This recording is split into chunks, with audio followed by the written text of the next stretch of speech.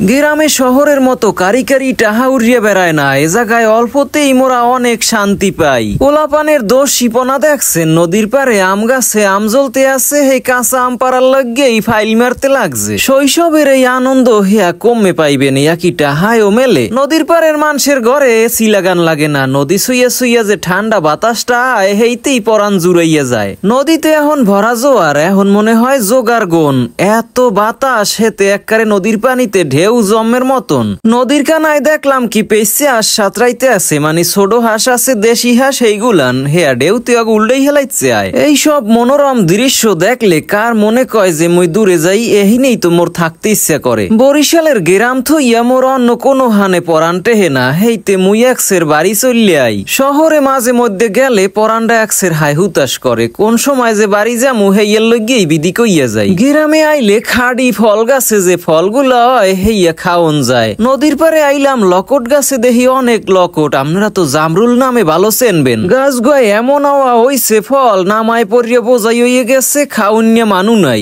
নদীর পারে খাড়ি একারে রোদ্দুরটা পায় টাটকা, হেয়ার লগে আবার নদীর পানি চুষে চুষে শিকড় দিয়া গ্রহণ করতে পারে। বুঝতে পারেন নদীর পার এত সুন্দর। আসলে কি এ জায়গায় কিন্তু এক পারে ভাঙ্গন আর এক পারে চর পরে। ভাঙন পরের মানুষগুলা তো অসহায় জীবন যাপন করে, কোন সময় নদী ভাঙনের কবলে হগল কিছু চলিয়া যায়। নদীর পারের গ্রামীণ পরিবেশে ঘুরিয়া বেড়াইতে আসি আমনেগো লইয়া, কেমন লাগতে আছে হেয়াও কিন্তু জানাইয়েন। ঘরের সামনে এত সুন্দর একটা লেবু গাছ থাকলে আর কি লেবু কিনে খাওয়া লাগবে, দেখেন ফলন ভালোই হইছে। এদিকে আইয়ে দেখি আহারে অবস্থাটা কি, একটা ডাল ভাঙ্গে পড়িয়ে গেছে, এতে এত ফল হইছে ফলের বার আর রাখতে পারে না। ছোট মনুরা এই ফলগুলা যে বড় বড় আছে ডাঙ্গর ডাঙ্গর, হেগুলা আবার গামলা ভরতে লাগছে। আপনারা তো অনেক শুনছেন যে গ্রামের ফল গাছে অনেক ফল হয়, ডাল ভাঙ্গিয়াও পরে, তাই হেয়ার বাস্তব চিত্র আমনেগো দেখাইলাম। লকট বা জামরুল গুলা এতটা বড় হয় না, একারে ছোট ছোট, হেয়ার বাড়ি রাখতে পারে না, ভাঙ্গিয়া পড়িয়ে গেছে ডালটা। ছোট মনুরে হের মায় আবার ভাত খাওয়াইতে আছে আন্ডা বাজা দিয়া।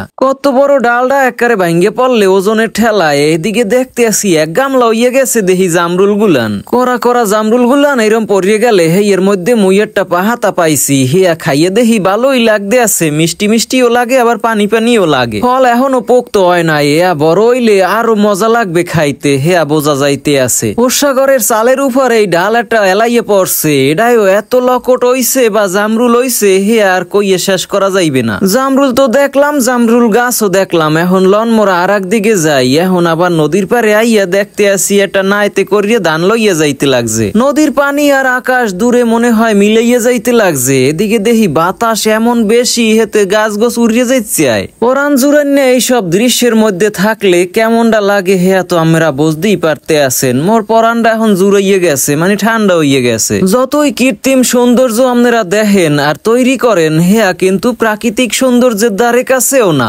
অনেকে বোঝে বরিশালিয়ারা মনে কয় সাডাম মারে, সাডাম কি দেখেন মোরা সরাসরি ভিডিও করিয়েই আমনেগো দেখাইতে আছি। গ্রামীণ প্রাকৃতিক দৃশ্য আর জনজীবন সম্পর্কে আমনেগো ভ্লগে কত কিছুই না দেখাই। আরো সুন্দর সুন্দর গ্রামীণ ভ্লগ দেখতে চাইলে মোর নিয়াজ নামের এই পেজটা ফলো করিয়া উৎসাহ দেবেন। ভরা নদীতে এত বাতাস যে নৌকাও চলাচল করতে অনেক কষ্ট হয়। গ্রামে যারা বসবাস করে হেরা আর যাই হোক ডিপ্রেশনে ভোগে না, কারণ এত সুন্দর প্রকৃতি দেখলে মন প্রাণ ভালো হইয়া যায়। দূরে যারা আছেন হেগো লইগা মুই গ্রামের ভ্লগার আছি, আমনেগো মন প্রাণ ভালো করিয়া দিমু ভ্লগ ভিডিও দেখাইয়া। ভালো থাকেন হগলডি, দেখা হইবে আগামী ভ্লগে।